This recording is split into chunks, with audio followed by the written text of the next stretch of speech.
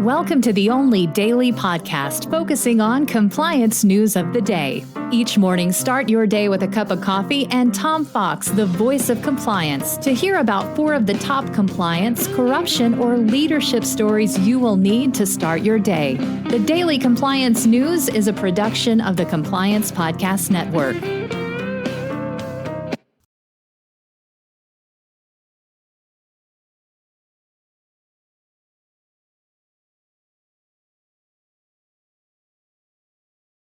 The Daily Compliance News for November 27, 2023, the Dirty 30 edition. And we begin with that story about the death of William Casey, an undercover police officer with the New York Police Department who uncovered corruption, self-reported it, whistle blew on it, and then became an undercover agent for the Commission on Police Corruption appointed by David Dinkins in 1992 and headed by Judge Milton Molan of the U.S. Supreme Court. The case was prosecuted by the U.S. Attorney's Office for then Chief of the Office Mary Jo White and also Michael Horowitz, then an assistant federal prosecutor who was in charge of the day-to-day aspects of the case.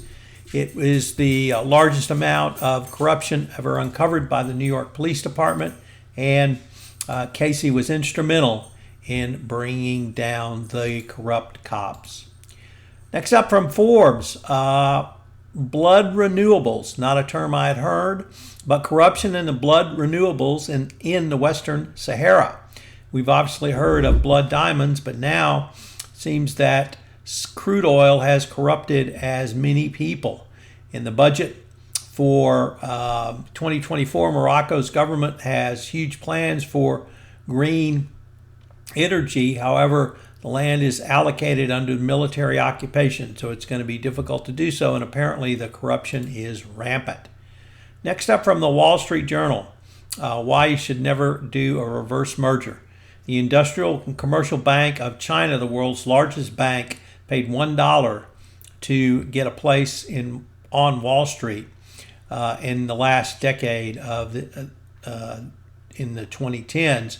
However, it is now dealing with the fallout of a crippling cyber attack that crippled its business and briefly triggered widespread concerns about the fragility of the worldwide banking system. It just goes to show you that even if you manage to buy a defunct U.S. company in the United States, you can still get in big trouble. And our final story today comes to us from the BBC, which reports that the head of Indonesia's anti-corruption agency has been named as a suspect in an extortion case.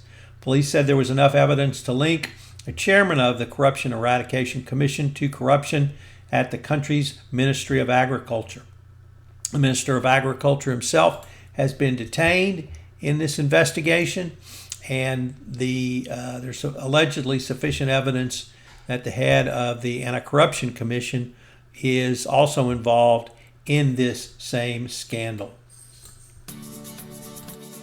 The Daily Compliance News is a production of the Compliance Podcast Network and a proud member of C-Suite Radio. Thanks so much for listening. I hope you'll join me again tomorrow.